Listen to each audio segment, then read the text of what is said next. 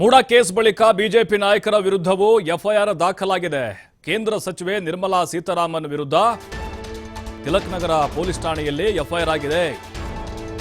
BJP ನಾಯಕರು ಇದಕ್ಕೇನು ಹೇಳ್ತಾರೆ? ಈಗ ಯಾರು ಮಾತಾಡ್ತಾ ಇಲ್ಲ. ಸಿದ್ದರಾಮಯ್ಯನವರು ರಾಜೀನಾಮೆ ಕೇಳ್ತಾ ಇದ್ರು, ಕಾಂಗ್ರೆಸ್ನವರು ಕೇಳ್ತಾ ಇದ್ದಾರೆ ಮಾತಾಡಿದ್ರ ಬಗ್ಗೆ ಅಂತ. ಇನ್ನು ಬಿಜೆಪಿಯ ರಾಜ್ಯಾಧ್ಯಕ್ಷ ವಿಜೇಂದ್ರ ಹಾಗೆ ಹಿಂದಿನ ರಾಜ್ಯಾಧ್ಯಕ್ಷ ಕಟೀಲ್ ವಿರುದ್ಧವೂ ಕೂಡ ಎಫ್ಐಆರ್ ಆಗಿದೆ. ರಾಷ್ಟ್ರಾದ್ಯಂತ ಸದ್ದು ಮಾಡ್ತಾ ಇದೆ ಈ ವಿಚಾರ. ಈಗ ಆದರ್ಶ್ ಅಯ್ಯರ್ ಸಲ್ಲಿಸಿದ್ದ ದೂರಿನ ಸಂಬಂಧ ಎಫ್ಐಆರ್ ದಾಖಲಾಗಿದೆ. IPC section 384, 120B, red with 34 ಅಡಿ ಎಫ್ಐಆರ್ ಆಗಿದೆ. ಚುನಾವಣಾ ಬಾಂಡ್ ಮೂಲಕ ಸುಲಿಗೆ ಮಾಡಲಾಗಿದೆ ಅನ್ನುವಂಥ ಆರೋಪ ಇದು.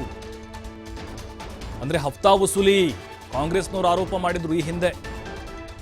ಹಫ್ತಾ ವಸೂಲಿ ಮಾಡ್ತಾ ಇದೆ ಕೇಂದ್ರ ಸರ್ಕಾರ ಅಂತ ಹೇಳಿ. ಅದರಲ್ಲೂ ಬಿಜೆಪಿ 2018ರಲ್ಲಿ ಪರಿಚಯ ಮಾಡ್ತಾರೆ. ಅದಾದ ಮೇಲೆ ನೋಡಿ 2019ರಿಂದ ಇಲ್ಲಿವರೆಗೂ 12,000 ಕೋಟಿ ದೇಣಿಗೆ ಸಂಗ್ರಹ ಆಗಿದೆ ರಾಜಕೀಯ ಪಕ್ಷಗಳಿಗೆ. ಅದರಲ್ಲೂ ಬಿಜೆಪಿಗೆ 6,060 ಕೋಟಿ. ಸಿಂಹಪಾಲು ಬಿಜೆಪಿಯವ್ರದೇ ಇದರಲ್ಲಿ. ಇದನ್ನ ತಮ್ಮ ರಾಜಕೀಯ ಅನುಕೂಲತೆಗೋಸ್ಕರ ಬಳಸಿಕೊಂಡಿದ್ದಾರೆ. 8,000 ಕೋಟಿ ಇಲ್ಲಿ ಅಕ್ರಮ ಆಗಿದೆ, ಅವ್ಯವಹಾರ ಆಗಿದೆ, ವಸೂಲಿ ಮಾಡಿದ್ದಾರೆ. ಇಡಿ, ಐಟಿ, ಸಿಬಿಐಯನ್ನ ಮುಂದೆ ಬಿಟ್ಟು ಹೆದರಿಸಿ ಬೆದರಿಸಿ ಕಂಪನಿಗಳಿಂದ ವಸೂಲಿ ಮಾಡಲಾಗಿದೆ ಅನ್ನುವಂಥ ಆರೋಪ ಇದು. ಬಹಳ ದೊಡ್ಡ ಮಟ್ಟದಲ್ಲಿ ದೇಶಾದ್ಯಂತ ಚರ್ಚೆ ಆಯಿತು. ಸುಪ್ರೀಂ ಕೋರ್ಟ್ ಕೂಡ ಹೇಳಿತು ಅಸಂವಿಧಾನಿಕ ಇದು.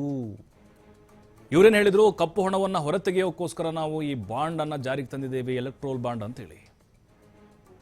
ಆದರೆ ಈ ಎಲೆಕ್ಟ್ರೋಲ್ ಬಾಂಡ್ ಹೆಸರಲ್ಲಿ ಕಂಪನಿಗಳ ಹಣವನ್ನ ಕಿತ್ತು ತಿನ್ನಲಾಗ್ತಾ ಇತ್ತು ಅನ್ನುವಂಥ ಆರೋಪ ಕಾಂಗ್ರೆಸ್ ನಾಯಕರು ನಿರಂತರವಾಗಿ ಮಾಡ್ತಾನೆ ಬರ್ತಾ ಇದ್ರು.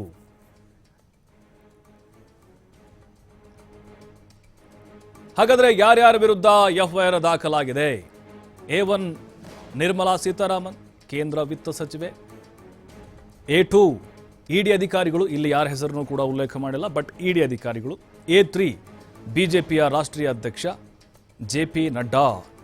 ನೋಡಿ, A1 ವಿತ್ತ ಸಚಿವೆಯಾಗಿದ್ದಾರೆ. ಇನ್ನು A4 ಕರ್ನಾಟಕ ರಾಜ್ಯದ ಬಿಜೆಪಿಯ ಮಾಜಿ ಅಧ್ಯಕ್ಷರು ನಳಿನ್ ಕುಮಾರ್ ಕಟೀಲ್, ಹಾಗೆ ಹಾಲಿ ಅಧ್ಯಕ್ಷರಾಗಿರುವಂತಹ BY ವಿಜಯೇಂದ್ರ.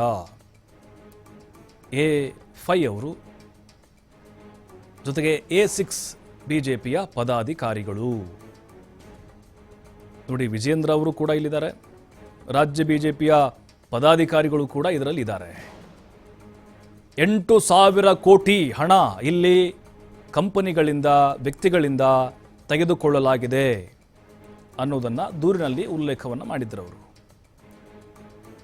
2024 ಫೆಬ್ರವರಿಯಲ್ಲಿ ಒಂದು ಆದೇಶ ಬರುತ್ತೆ ಸುಪ್ರೀಂ ಕೋರ್ಟ್ನಿಂದ. ಏನು ಹೇಳ್ತಾರೆ ಸುಪ್ರೀಂ ಕೋರ್ಟು? ಇದು ಅಸಂವಿಧಾನಿಕ, ಹಾಗಾಗಿ ಎಲ್ಲ ಆ ಡೀಟೇಲ್ ಏನಿದೆ, ಡಾಟಾ ಏನಿದೆ, ಅದನ್ನ ವೆಬ್ಸೈಟ್ನಲ್ಲಿ ಪ್ರಕಟ ಮಾಡಿ ಅಂತ SBI ಹೇಳುತ್ತೆ. ಅಂದರೆ ಚುನಾವಣಾ ಆಯೋಗದ ವೆಬ್ಸೈಟ್ನಲ್ಲಿ ಪ್ರಕಟ ಮಾಡಬೇಕು, SBI ಅನ್ನೋರು ಮಾಹಿತಿ ಕೊಡಬೇಕು ಅಂತ. ಟೈಮ್ ಕೂಡ ಕೊಟ್ಟಿದ್ರು, ಆ ಟೈಮಲ್ಲಿ ಇವ್ರು ಕೊಡಲಿಲ್ಲ.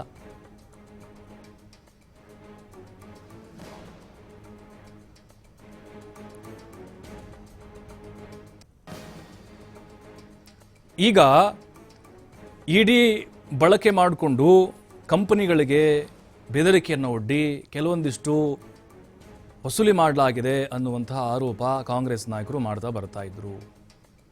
ನೋಡಿದ್ರೆ ವೆಬ್ಸೈಟ್ನಲ್ಲಿ ಪ್ರಕಟ ಆಗಿತ್ತು ಯಾವ್ಯಾವ ಕಂಪನಿಗಳು ಎಷ್ಟೆಷ್ಟು ದೇಣಿಗೆಯನ್ನು ಕೊಟ್ಟಿದ್ದಾವೆ, ಯಾವ್ಯಾವ ಪಕ್ಷಕ್ಕೆ ಅಂಥೇಳಿ. ಬಿಜೆಪಿಗೆ 6,000 ಕೋಟಿ, ಹೈಯೆಸ್ಟ್ 50% ಅದಕ್ಕೆ ಹೋಯಿತು. ಏನಾಗಿದೆ ಇಲ್ಲಿ? ಇಡಿ ದಾಳಿ ಆದ ಮೇಲೆ 2022ಕ್ಕೆ ಫೆಬ್ರವರಿಯಲ್ಲಿ ಇಡಿ ದಾಳಿ ಇತ್ತು ಅಂತಂದ್ರೆ ಅವರು ಮಾರ್ಚ್ನಲ್ಲಿ ಹಣ ಅಂದರೆ ಬಾಂಡ್ ಖರೀದಿ ಮಾಡಿದ್ದಾರೆ. ಯಾವ್ಯಾವ ಕಂಪನಿಗಳ ಮೇಲೆ, ಉದ್ಯಮಿಗಳ ಮೇಲೆ ಇಡಿ ರೇಡ್ ಆಯಿತು ಅಂಥವರು ದೇಣಿಗೆಯನ್ನು ಕೊಟ್ಟಿದ್ದಾರೆ. ಅಂದ್ರೆ ಇಲ್ಲಿ ಹೆದರಿಸಿ ಬೆದರಿಸಿ ವಸೂಲಿ ಮಾಡಲಾಗಿದೆ ಅನ್ನೋದು ಆರೋಪ ಇರೋದು ಬಿಜೆಪಿಯವ್ರ ಮೇಲೆ. ಹಾಗಾದ್ರೆ ಏನಿದು ಈ ಚುನಾವಣಾ ಬಾಂಡ್? ಎಷ್ಟು ದೊಡ್ಡ ಮಟ್ಟದಲ್ಲಿ ಚರ್ಚೆ ಮಾಡಿತ್ತು, ಭಾರಿ ಆಕ್ರೋಶಕ್ಕೂ ಕೂಡ ಕಾರಣ ಆಯಿತು. ಆದರೆ ಇದು ಇಂಡೈರೆಕ್ಟ್ ಭ್ರಷ್ಟಾಚಾರ. ಇದು ಡೈರೆಕ್ಟಾಗಿ ಯಾರು ಕಾಣಿಸಲ್ಲ. ನೋಡಿ, 2018 ಜನವರಿ 29ರಂದು ಎಲೆಕ್ಟ್ರೋಲ್ ಬಾಂಡ್ ಯೋಜನೆಗೆ ಕೇಂದ್ರ ಅಧಿಸೂಚನೆಯನ್ನು ಹೊರಡಿಸಿತು. ಅಂದರೆ 2018ಕ್ಕೆ ಇದು ಜಾರಿಗೆ ಬಂತು. ಅರುಣ್ ಜೇಟ್ಲಿ ಅವರು ಆವಾಗ ವಿತ್ತ ಸಚಿವರಾಗಿದ್ದರು. ಇದು ವ್ಯಕ್ತಿ ಮತ್ತು ಸಂಸ್ಥೆಗೆ ನಿಗದಿತ ಮೊತ್ತದ ಹಣ ಪಾವತಿಸುವ ಖಾತರಿ ಒದಗಿಸುವಂಥ ದಾಖಲೆ ಆಗಿದೆ. ಯಾವುದೇ ಸಂಸ್ಥೆಗಳು ಕೊಡಬಹುದು. ಯಾವುದೇ ನಾಗರಿಕ ಮತ್ತು ಕಂಪನಿ SBIಗೆ ಆಯ್ದ ಶಾಖೆಗಳಲ್ಲಿ ಬಾಂಡ್ ಅನ್ನ ಖರೀದಿಸಬಹುದು. ನಂತರ ಯಾವುದೇ ಅರ್ಹ ಪಕ್ಷಕ್ಕೆ ಎಲೆಕ್ಟ್ರೋಲ್ ಬಾಂಡ್ ಅನ್ನ ಕೊಡಬಹುದು. ಇಲ್ಲಿ ಚುನಾವಣಾ ಬಾಂಡ್ 1,000 ಇರಬಹುದು, 10 ಲಕ್ಷ ಇರಬಹುದು, 1 ಕೋಟಿ ರೂಪಾಯಿವರೆಗೂ ಕೂಡ ಲಭ್ಯ ಇದೆ. ಅದು ಡಿಜಿಟಲ್ ಆಗಿರಬಹುದು, ಚೆಕ್ ಮೂಲಕ ಕೊಡಬಹುದು. ರಾಜಕೀಯ ಪಕ್ಷಗಳು ಮಾತ್ರ ಇದನ್ನು ಸ್ವೀಕರಿಸಿ ನಗದೀಕರಿಸಿಕೊಳ್ಳಬಹುದು. ಇತ್ತೀಚೆಗೆ ಲೋಕಸಭೆ ರಾಜ್ಯಸಭಾ ಚುನಾವಣೆಗಳಲ್ಲಿ ಕನಿಷ್ಠ 1% ಮತವನ್ನು ಪಡೆದಿರಬೇಕು ಅವರು. ಅಂದರೆ ಆ ಪಕ್ಷ ಬಾಂಡ್ ತಗೊಳ್ಬೇಕು ಅಂದರೆ ಚುನಾವಣಾ ಆಯೋಗದಿಂದ ದೃಢೀಕರಣವಾಗಿರುವಂತಹ ಬ್ಯಾಂಕ್ ಖಾತೆಗೆ ಹಣ ಜಮೆ ಮಾಡಲಾಗುತ್ತೆ.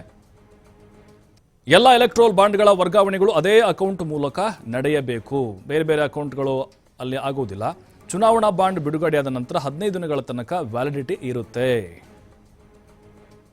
ಅದರ ಜೊತೆಗೆ ಚುನಾವಣೆ ವೇಳೆ ಕಪ್ಪು ಹಣ ಬಳಕೆಯನ್ನು ತಡೆಯಲು ಚುನಾವಣಾ ಬಾಂಡ್ಗಳು ಸಹಕಾರಿಯಾಗುತ್ತೆ. ಇದು ಕೇಂದ್ರ ಕೊಟ್ಟಿರುವಂತಹ ಸಮಜಾಯಿಷಿ. ಇದು ಕಪ್ಪು ಹಣವನ್ನು ನಾವು ಕಡಿವಾಣ ಹಾಕ್ತೀವಿ ಅಂತೇಳಿ ಜಾರಿಗೆ ತಂದಿದ್ದು ಅಂತೇಳಿ. ಆದರೆ ಯಾವ ಕಪ್ಪು ಹಣನೂ ಬರಲಿಲ್ಲ. ಒಟ್ಟಾರೆ ರಾಜಕೀಯ ಪಕ್ಷಗಳ ಖರ್ಚು ವೆಚ್ಚಕ್ಕಾಗಿ ಹಣ ಸಂಗ್ರಹದ ರೂಪವೇ ಈ ಚುನಾವಣಾ ಬಾಂಡ್ಗಳು. ದೇಣಿಗೆ ಹೋಗ್ತಾ ಇತ್ತು. ಆದರೆ ಬೇರೆ ಪಕ್ಷಗಳಿಗಿಂತ ಅತಿ ಹೆಚ್ಚು ಹಣ ಸಂದಾಯವಾಗದ್ದು ಬಿಜೆಪಿ ಪಕ್ಷಕ್ಕೆ 6,000 ಕೋಟಿ. IT EDಗಳನ್ನು ಬಳಸಿ ಕಂಪನಿಗಳು ಉದ್ಯಮಿಗಳನ್ನು ಹೆದರಿಸಿ ಹೆಚ್ಚು ಬಾಂಡ್ ಪಡೆದಿರುವಂತಹ ಆರೋಪ ಇದೆ. ಈ ಬಗ್ಗೆ ವಿಚಾರಣೆ ನಡೆಸಿದ ಸುಪ್ರೀಂ ಕೋರ್ಟ್ ಈ ಬಾಂಡ್ ಸಂಗ್ರಹಿಸುವುದು ಅಸಂವಿಧಾನಿಕ ಅಂತ ಅಭಿಪ್ರಾಯಪಟ್ಟಿತ್ತು. ಈ ಬಗ್ಗೆ ಮಾಹಿತಿನ ವೆಬ್ಸೈಟ್ನಲ್ಲಿ ಪ್ರದರ್ಶಿಸುವಂತೆ SBIಗೆ ವಾರ್ನ್ ಮಾಡಿತ್ತು. ಅವರು ಕೂಡ ಪ್ರದರ್ಶನ ಮಾಡಿದರು ಸ್ವಲ್ಪ ದಿನ ಆದಮೇಲೆ. ಆಗಿನಿಂದ ಈ ಬಾಂಡ್ ಮೂಲಕ ದೇಣಿಗೆ ಸಂಗ್ರಹಿಸುವಂತಹ ಪದ್ಧತಿಗೆ ಬ್ರೇಕ್ ಬಿದ್ದಿದೆ ಈಗ. ಹೀಗಾಗಿ ಸಾಮಾಜಿಕ ಹೋರಾಟಗಾರ ಆದರ್ಶ್ ಅಯ್ಯರ್ ಅವರು ದೂರನ್ನು ಸಲ್ಲಿಸಿದರು. ಈಗ ಆ ದೂರು ಪ್ರಕಾರ FIR ಆಗಿದೆ. ಇದೊಂದು ಅಕ್ರಮ ಬಲವಂತದ ವಸೂಲಿಯಾಗಿದ್ದು ತನಿಖೆ ನಡೆಸುವಂತೆ ಅವರು ಕೋರಿಕೊಂಡಿದ್ದರು. ಕೋರ್ಟ್ನಲ್ಲಿ ಜನಪ್ರತಿನಿಧಿಗಳ ವಿಶೇಷ ನ್ಯಾಯಾಲಯ ಅದರ ಒಂದು ಸೂಚನೆ ಮೇರೆಗೆ ತಿಲಕ್ ನಗರ ಠಾಣೆಯಲ್ಲಿ FIR ಆಗಿದೆ. ಈಗ ಈ FIR ದಾಖಲಾಗಿದ್ದರು ಬಿಜೆಪಿ ನಾಯಕರು. ಅವರ ರಾಜೀನಾಮೆಗೆ ಕಾಂಗ್ರೆಸ್ ನಾಯಕರು ಒತ್ತಾಯವನ್ನು ಮಾಡ್ತಿದ್ದಾರೆ. ನೈತಿಕ